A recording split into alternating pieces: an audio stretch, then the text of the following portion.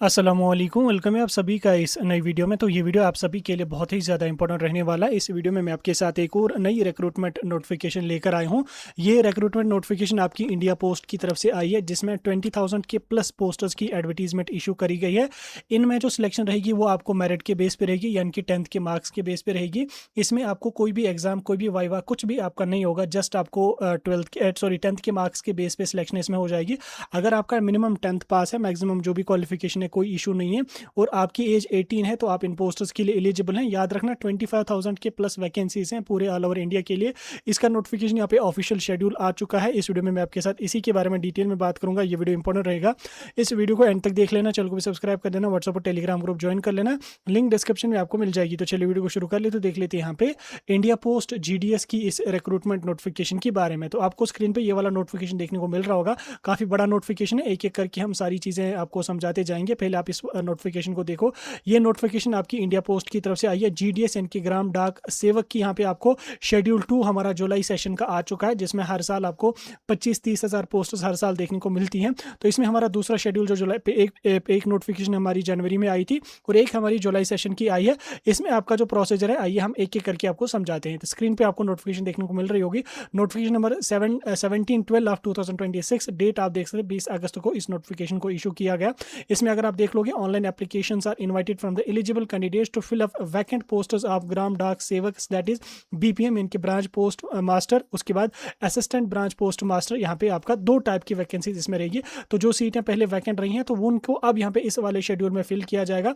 इसके साथ साथ यहाँ पे जिन्होंने ऑलरेडी रजिस्ट्रेशन वगैरह मतलब यहाँ पे जो रजिस्ट्रेशन वगैरह का जो प्रोसीजर आपका है, उसकी भी डेट्स यहाँ पे आ चुकी हैं। जैसे आप अगर आप यहाँ पे देख लोगे, ऑनलाइन वन टाइम रजिस्ट्रेशन जो आपका है वो 31 अगस्त से लेके 19 सितंबर तक आपका चलेगा। उसके बाद ऑनलाइन फ़ी पेमेंट जो है वो आपको सिर्फ 100 रुपीज़ की फ़ी पे करनी पड़ेगी। और अगर आप SC ST EWS या फीमेल स्टूडेंट है, तो आपको कोई भी फ़ी यहाँ पे करने की ज़रूरत नहीं है। तो फ़ी पेमेंट का आपको यहाँ पे देख सकते हैं मतलब सितंबर से लेके 21 सितंबर तक आप वगैरह फ़ी वगैरह को भी जो है पे कर सकते हैं।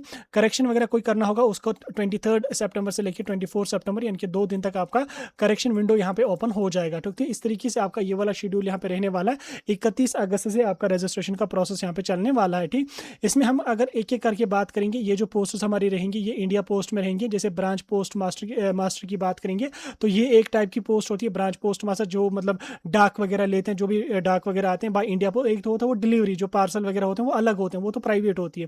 लेकिन जो यहाँ पे ब्रांच पोस्ट मास्टर्स होते हैं या असिस्टेंट ब्रांच पोस्ट मास्टर्स होते हैं, वो गवर्नमेंट एम्प्लॉयज़ होते हैं और उनको इंडिया पोस्ट के थ्रू ही काम करना पड़ता है। जो ऑर्डर या जो पार्सल इंडिया पोस्ट के थ्रू आता है, वो ब्रांच पोस्ट मास्टर को जो है अपने गांव में या किसी भी गांव में जहां ड्यूटी उसकी होगी, वहां पे उसको वो डिलीवर करना होता है। लेकिन यहाँ पे सैलरी बहुत अच्छी होती है। जो डिलीवरी बॉयज बेचारे 10,000 15,000 पे काम करते हैं, वो यहाँ पे नहीं होता है। ठीक, इनको जो गवर्नमेंट के थ्रू जो पार्सल्स वगैरह होते हैं, इंडिया पोस्ट के थ्रू जो पार्सल्स होते हैं, उनको डिलीवर करना पड़ता है।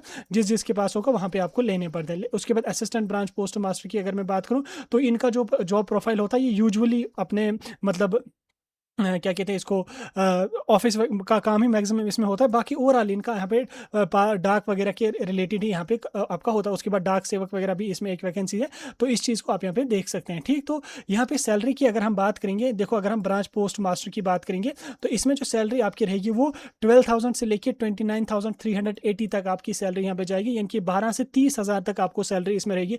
12,000 बेसिक सैलरी रहेगी। उसके बाद इसमें अलाउंसेस वगैरह चढ़ जाते हैं, तो वो बहुत अच्छी स्मार्ट सैलरी जाती है। 25-26,000 तक आपकी स्टार्टिंग में सैलरी चली ही जाएगी। ठीक, उसके बाद असिस्टेंट ब्रांच पोस्ट मास्टर या डाक सेवक की अगर मैं बात करूं, तो इसमें 10,000 से लेके 25,000 तक आपकी सैलरी यहाँ पे जाएगी। फिर अलाउंसेस वगैरह भी आप यहाँ पे देख सकते हैं।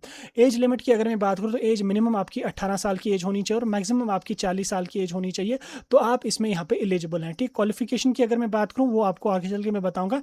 उसके साथ साथ एज रिलैक्सेशन की अगर मैं बात करूँ, SC ST यानी कि कैटेगरी वालों को लगभग 3 साल का यहाँ पे रिलैक्सेशन भी दिया जाएगा। जो PWD से हैं उनको 10 साल का रिलैक्सेशन यहाँ पे दिया जाएगा। ठीक, और सब कैटेगरी के साथ अगर आपका कैटेगरी है, तो आपको 13 साल तक का रिलैक्सेशन यहाँ पे दिया जाएगा।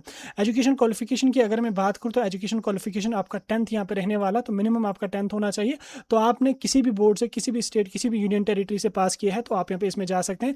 इसमें कोई इशू यहाँ पे नहीं है। ठीक, तो 10th आपका मिनिमम पास होना चाहिए, तो आप यहाँ पे जा सकते हैं। बाकी इन्होंने यहाँ पे स्टेट वाइज भी सारी चीज़ें मेंशन कर रखी हैं, तो इसको हम यहाँ पे ज़्यादा डिस्कस करेंगे नहीं। इसके साथ साथ अगर आपको कंप्यूटर की नॉलेज है थोड़ी सी, तो और ज़्यादा अच्छा है, साइकिल की थोड़ी साइकिलिंग वगैरह आती है तो अच्छी बात है। उसके बाद बाकी चीज़ें हैं, तो बाकी यहाँ पे 10th मिनिमम आपका होना चाहिए। बाकी ये चीज़ें उतनी इंपॉर्टेंट यहाँ पे नहीं है। बाकी रिजर्वेशन आपको SC ST OBC PWD और EWS की बाज़ाब्ता यहाँ पे मिलेगी। अगर आपके पास कैटेगरी है तो आपको इनका पूरा का पूरा बेनिफिट यहाँ पे मिल जाएगा। इसके साथ साथ यहाँ पे आप बाकी चीज़ें भी देख सकते हैं, सारी चीज़ें इस नोटिफिकेशन में मेंशन है। अब अप्लाई करने के प्रोसीजर को हम थोड़ा सा समझने की कोशिश करेंगे कि अप्लाई कैसे करना है।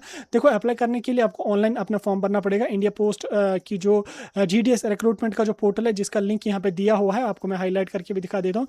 ये जो लिंक यहाँ पे दिया हुआ है, आपने इस वाली वेबसाइट पर जाके अपना फॉर्म यहाँ पे भरना पड़ेगा। फॉर्म आपको भरना पड़ेगा, इसमें आपको डॉक्यूमेंट्स वगैरह, फोटोग्राफ वगैरह जो भी है वो डालना पड़ेगा। 10th का मार्क्स कार्ड ही लगता है, डोमिसाइल लगती है, आधार कार्ड लगता है, फोटो सिग्नेचर लगता है, बस। अगर कोई कैटेगरी है वो लगेगी, ठीक। बाकी डिटेल्स भर के सबमिट करना है। और जिन बच्चों को फी पे करनी है उनको 100 रुपीज़ करनी है। फीमेल्स SC ST EWS वालों को कुछ भी फी पे नहीं करना पड़ता। सिलेक्शन का जो क्राइटेरिया रहेगा वो रहेगा आपका 10th के मार्क्स के बेस पे। जैसे यहाँ पे जो आपका 10th का मार्क्स रहा, 10th के जो ग्रेड आपकी रही, उसके बेस पे आपका सिलेक्शन रहेगा। जैसे आपकी 10th में ग्रेड होती है A1 A2 B1 B2 वगैरह, इस तरीके से आपका यहाँ पे इसमें ग्रेड होता है 10th का। तो इन्हीं ग्रेड पॉइंट्स पे आपका यहाँ पे सिलेक्शन हो जाएगा। अलग से कोई एग्जाम वगैरह आपको देने की जरूरत नहीं है। इसके बाद आप लोगों का जो जो बच्चे सेलेक्ट हो जाएंगे वो तो प्रॉपर इसका मेरिट लिस्ट आ जाएगा, कौन कौन बच्चा सेलेक्ट होगा। और उसके साथ साथ जब सिलेक्शन लिस्ट आ जाएगी उस टाइम कैंडिडेट्स को इन्फॉर्म किया जाएगा थ्रू मेल, ठीक है। कि जो जो बच्चा सेलेक्ट हो जाएगा उसको मेल के थ्रू इन्फॉर्म किया जाएगा कि आपकी सिलेक्शन हुई है। अब आप डॉक्यूमेंट वेरिफिकेशन सबमिट करने के लिए यहाँ पे आ जाओ।